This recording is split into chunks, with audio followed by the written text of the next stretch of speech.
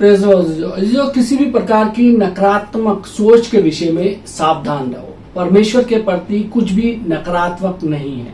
यह आपके जीवन के लिए उसकी योजना है। ग्लास को आधा खाली देखने की अपेक्षा आधा भरा हुआ देखें। सकारात्मक होना किसी को भी चोट नहीं पहुंचाता है। मेरे अजीजों, आपका जीवन जैसा भी रहा हो फर्क नहीं पड़ता। आपको अपने भविष्य के लिए सकारात्मक दर्शन होना चाहिए। मेरे अजीजों, परमेश्वर के साथ सहमत हो और विश्वास करो कि अच्छी चीजें होने वाली है। यदि हम परमेश्वर के वचन में देखें, नीति वचन 15 बाब और उसकी 15वीं आयत में परमेश्वर का वचन कहता है कि दुखियारे के सब दिन दुख भरे रहते हैं, परंतु जिसका मन प्रसन्न रहता है वह मानो नित्य भोज में जाता है। मेरे अजीजों, पहले जब पवित्र आत्मा ने मुझे इस धर्मशास्त्र की ओर अगुवाई की, मुझे मालूम नहीं था कि पूर्वाभास क्या है, पर मैंने सीखा कि वो नकारात्मक और डरावने विचार है, जो कुछ बुरा होने वाला था। मुझे ये भी मानना था कि मैं वही पा रहा था जो मैं अधिकतर आशा कर रहा था, जो एक परेशानी थी। अंत में मैंने ये एहसास किया कि मुझे अपनी सोच को बदलना है, इससे पहले कि वो मेरे जीवन को बदल दे। मेरे अजीजों, किसी भी चीज के लिए नकारात्मक ना रहें, अपने भविष्य के लिए नहीं या अपने पिछले समय के लिए नहीं। आपका पूर्व का समय परमेश्वर की पूरी योजना के अनुसार कार्य कर सकता है, पर यदि आप परमेश्वर पर भरोसा करो तो सब गलतियां जो आपने की हैं वो आपको बेहतर बना सकती है और बुद्धिमान व्यक्ति बना सकती है। आप उनसे सीख सकते हैं और निर्णय कर सकते हैं, या फिर ऐसी गलती कभी नहीं करेंगे। अपने आर्थिक मामलों के प्रति, मित्रों, परिवार के प्रति नकारात्मक ना हो। किसी प्रकार का जीवन वो जीते हैं, सकारात्मक रवैया विकसित करो तो वह आपको सकारात्मक और शक्तिशाली जीवन बनाने में सहायक होगा। मेरे अजीजों, चिंता और उत्सुकता सोचने के दो रूप हैं जो बुरे हैं। चिंता कुछ अच्छा नहीं करती, पर अधिक हानि जरूर करती है। चिंता को परमेश्वर पर भरोसा करने से बदल दो, वो सब समस्याओं का समाधान करेगा। चिंता के कारण आप अपनी उम्र से बड़े दिखते हो। चिंता सिर दर्द और पेट की समस्या देती है। इससे आप लोगों से कठोर व्यवहार करते हो। ये आपके जीवन के लिए परमेश्वर की इच्छा नहीं है। मेरे अजीजों, चिंता ना करना पहले तो कठिन होता है, क्योंकि आप अपनी स्वयं की देखभाल करने के आदी हो और आगे क्या करना है, पर याद रखो आप जीने की नई राह सीख रहे हो। लोग जिनके संबंध परमेश्वर के साथ नहीं है वे महसूस करेंगे, उन्हें चिंता होगी, पर आपको नहीं। परमेश्वर आपकी ओर है और वो कहता है कि तुम अपनी चिंता उस पर डाल दो, वो तुम्हारी देखभाल करेगा। मेरे अजीजों, उत्सुकता का मतलब है कि आज का दिन हम आने वाले कल के लिए चिंता में बिता रहे हैं। मेरे अजीजों, यीशु मसीह ने ऐसा करने को मना किया है। यदि हम वचन में देखें, मत्ती 6 बाब और उसकी 34वीं आयत में वचन कहता है कि आज के लिए आज ही का दुख बहुत है। मेरे अजीजों, जब करने का समय आएगा तो आप जानोगे कि क्या करना है, पर शायद आप उस समय तक ना जान पाओ। परमेश्वर चाहता है कि आप उस पर भरोसा करना सीखें। उसे कभी देर नहीं होती है, पर वो जल्दी भी नहीं करता है। नए विश्वासियों के लिए ये बाट जोना बहुत कठिन होता है, क्योंकि आप इसके आदी नहीं हैं। फिर भी थोड़ी देर के बाद आप उससे प्रेम करने लगोगे, आपका मन शांत होगा और आप प्रतिदिन बिना चिंता के रहने के लिए स्वतंत्र होगे। हर समय जब चिंता करने की परीक्षा हो तो शैतान को याद दिलाओ कि आप परमेश्वर की संतान हैं और उसने हमारी देखभाल करने का वादा किया है। मेरे अजीजों, बुद्धि और विवेक के नए हो जाने का रास्ता परमेश्वर के वचन का अध्ययन करने और उस पर मनन करने से प्राप्त होता है। ये वो मार्ग है जो सही और गलत सोच में फर्क करने को सीखना है। उदाहरण के लिए, एक व्यक्ति सोचे कि उसे जीवन भर गरीब ही रहना है क्योंकि उसका परिवार हमेशा से गरीबी में रहा है, पर आप परमेश्वर के वचन में पाओगे कि ये सत्य नहीं है। परमेश्वर की सहायता से और अपनी आर्थिक जीवन में उसके सिद्धांतों को लागू करने में आप गरीबी के चक्र को तोड़ सकते हैं और आवश्यकता से अधिक जीवन के हर क्षेत्र में पा सकते हो। परमेश्वर का वचन कहता है 3 यूहन्ना और उसके दूसरी आयत में कि जैसा कि आप अपनी आत्मा में परिपक्व होते हो और परमेश्वर की आज्ञाकारिता में चलते हो, वो आपको हर अच्छी चीज देगा कि आप उसे बुद्धिमानी से सही तरीके से देख सकते हैं। मेरे अजीजों, परमेश्वर आपकी आवश्यकताओं को पूरा करेगा और आपको भय में जीने की आवश्यकता नहीं।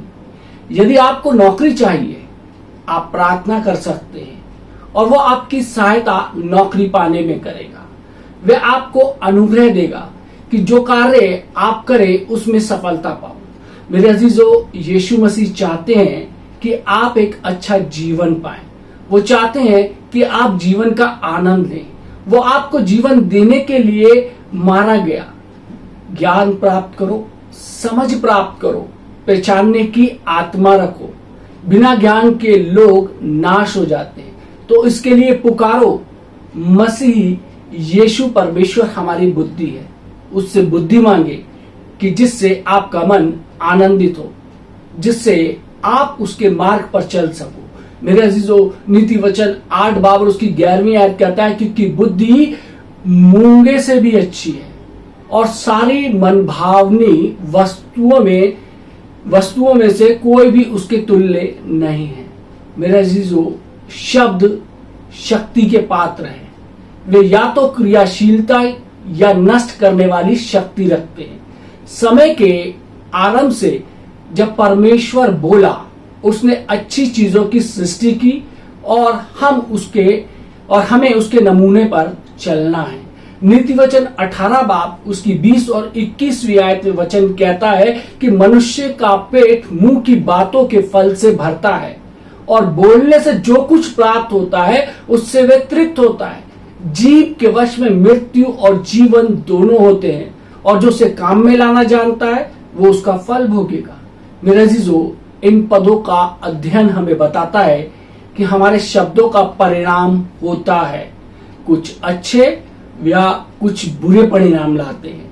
जब हम बोलने के लिए अपना मुंह खोलते हैं तो हमें ये जानना, एहसास करना चाहिए कि शब्दों में शक्ति होती है।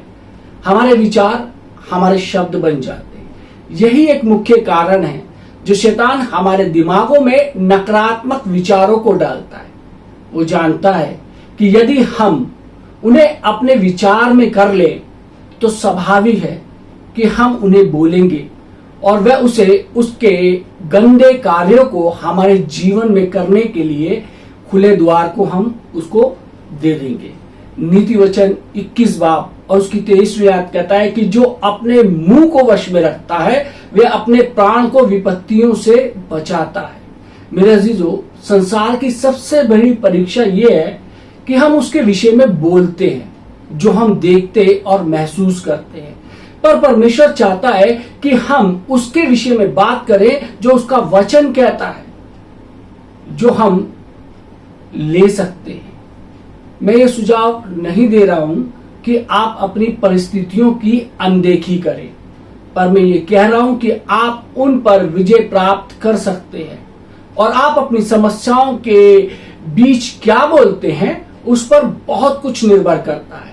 मेरे अजीजों, इजरायलियों ने बयाबान में यानी कि जंगल में 11 दिन की यात्रा पूरी करने के लिए 40 वर्ष बिताए। वे घूमते ही घूमते रहे। वो पहाड़ के चारों ओर और कोई भी तरक्की नहीं की। उनके पास बहुत समस्याएं थी और सबसे बड़ी थी शिकायत करना, कुड़कुड़ाना, बुड़बुड़ाना। ये उनकी सबसे बड़ी समस्या थी। वे कुड़कुड़ाए और हर समय चीजें जो उनके हिसाब से नहीं हुई थी उसकी शिकायतें की। मेरे अजीजों, परमेश्वर हमसे चाहता है कि हम उसकी स्तुति, प्रशंसा और धन्यवाद करें। उस समय जब हम जीवन के जंगल में हैं और पहाड़ की चोटियों पर हैं, परेशानियों के बीच हम क्या कहते हैं वो निर्भर करता है कि कितना लंबा हम उसमें फंसे रहेंगे। मेरे अजीजों, ये आपको अजीब सुनाई दे पर आपके शब्दों में शक्ति है। रोमियो 4:17 कहता है कि हम ऐसे परमेश्वर की सेवा करते हैं जो बताते हैं ही नहीं, उसका नाम ऐसे लेते हैं कि मानो कि वो हैं। परमेश्वर देखते हैं जो वो चाहते हैं कि हो और उसके विषय में बात करें मानो वो पहले से ही हो चुकी हैं। ये करने के लिए आपको विश्वास की आंखों से देखना पड़ेगा। विश्वास महसूस करते हैं जैसे वास्तविकता अभी जिसे देख नहीं सकते या स्वाभाविक रूप से महसूस कर सकते हैं।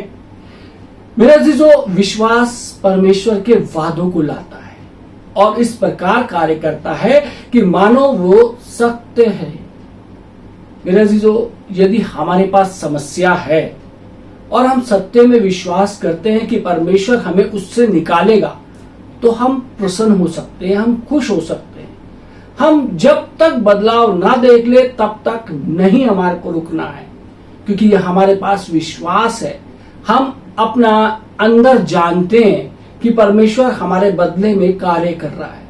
मेरे अजीजों, जब हिजकिय्याह भविष्यवक्ता ने अपने आसपास देखा तो उसने मृत सूखी हड्डियां देखी और परमेश्वर ने उससे पूछा कि क्या वो जीवित हो सकती है। हिजकिय्याह ने उत्तर दिया, हे परमेश्वर यहोवा, तू ही जानता है। उसके उत्तर में परमेश्वर ने उससे भविष्यवाणी करने को कहा, अर्थात बोलने को कहा कि इन हड्डियों से कह कि वह परमेश्वर का वचन सुने। हिजकिय्याह नबी, हिजकिय्याह भविष्यवक्ता जो था वो भविष्यवाणी करने लगा जैसे उसको आज्ञा दी गई थी और हड्डियां एक दूसरे से जुड़ने लगी, उन पर नसें और मांस चढ़ने लगा और वो एक बड़ी सेना के रूप में अपने पांव के बल पे वो खड़े हो गए। ये परमेश्वर के वचन का शक्तिशाली उदाहरण है जिसे हम हिजकिय्याह नबी की पुस्तक 37 बाब के अंदर हम इसे देख सकते हैं। मेरे अजीजों, मैं लोगों को हर जगह सिखाता हूं कि परमेश्वर के वचन को ऊंची आवाज में कहे और अपने प्रतिदिन के आत्मिक अनुशासन में करे। ये एक महत्वपूर्ण चीज है जो परमेश्वर ने मुझे सिखाई और मैं कह सकता हूं कि इसने मेरी बुद्धि को नया होने में सहायता की और मेरे जीवन को पलट दिया। मेरे अजीजों, परमेश्वर का वचन आत्मा की तलवार है। ये सबसे महानतम हथियार है जो आप शैतान के विरुद्ध इस्तेमाल कर सकते हो। वो परमेश्वर के वचन से डरता और कांपता है शैतान। हम लूका 4 में देखते हैं कि जब यीशु मसीह की परीक्षा शैतान द्वारा की गई, वो जंगल में था। काफी लंबे समय से उन्होंने भोजन नहीं खाया था और शैतान उनके दिमाग में विचार डालने लगा। हर बार जब शैतान ने यीशु मसीह से झूठ बोला, यीशु मसीह ने यह कहकर उत्तर दिया कि ये लिखा है और धर्मशास्त्र के पद को जोर से कहा और शैतान के झूठ को नकार दिया। मेरे अजीजों, जब हम परमेश्वर के पीछे चलने का उदाहरण लेते हैं तो हम विजयी पद पर हैं।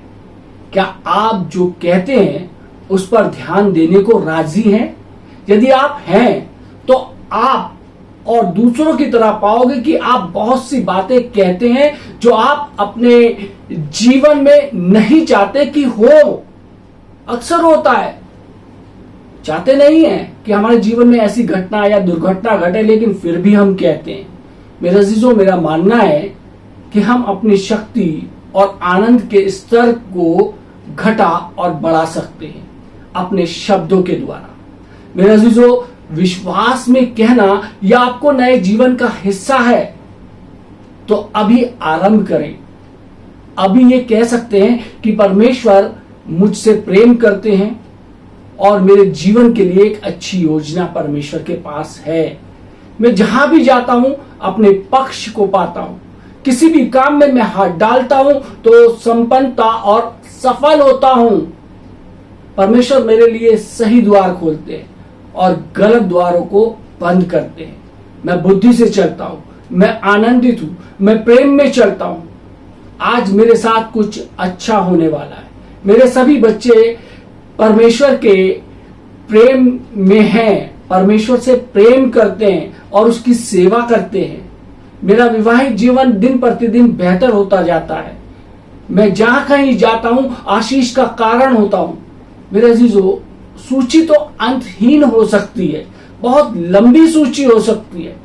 निश्चित करें कि आप जो कह रहे हैं वही है जो परमेश्वर का वचन कहता है। परमेश्वर के साथ सहमत होना पूरे नए संसार को खोल देगा। ये परमेश्वर की योजना को कार्य रूप देगा और शैतान इसे रोकने के लिए कुछ भी नहीं कर सकता। शैतान को पहले से ही निकम्मा कर दिया गया है। जो आप बोलोगे वो आपके जीवन के अंदर होगा। तो क्यों ना आज से हम तमाम उन नकारात्मक बातों को, तमाम उन बातों को जो हमारे को दुख पहुंचाती है, आज से हम बोलना बिल्कुल छोड़ देते हैं। आज से हम अपने जीवन के लिए और दूसरों के जीवन के लिए सकारात्मक भाषा का इस्तेमाल करेंगे, सकारात्मक चीजें बोलेंगे, पॉजिटिव चीजें बोलेंगे, ताकि हमारे जीवन के अंदर वो तमाम सकारात्मक चीजें फल लाने पाए। परमेश्वर आप सबको आशीष दे। आमीन। आइए हम दुआ मांगे। महान सामर्थ्य पिता परमेश्वर, धन्यवाद देते हैं प्रभु जी, जिसमें आपने हमारे को बताया कि हमारे शब्दों में कितनी सामर्थ और कितनी ताकत है प्रभु जी। और परमेश्वर प्रभु यीशु मसीह, आज हम आपसे विनती करते हैं कि परमेश्वर आप हमारे को परमेश्वर सकारात्मकता की ओर लेके जाइए। हमारे जीवन की तमाम जो नकारात्मकता है, जो तमाम बुराइयां हैं, जो तमाम बुरे सोच हैं हमारे अपने विषय में या दूसरों के विषय में या परिवार के किसी के व्यक्ति के विषय में भी प्रभु जी, उन तमाम चीजों को आप दूर कीजिए। आज से हम एक मसीह में सकारात्मक जीवन जीना शुरू करें और अपने शब्दों की ताकतों का इस्तेमाल करना शुरू करें। यीशु मसीह के नाम से मांगते हैं, आमीन।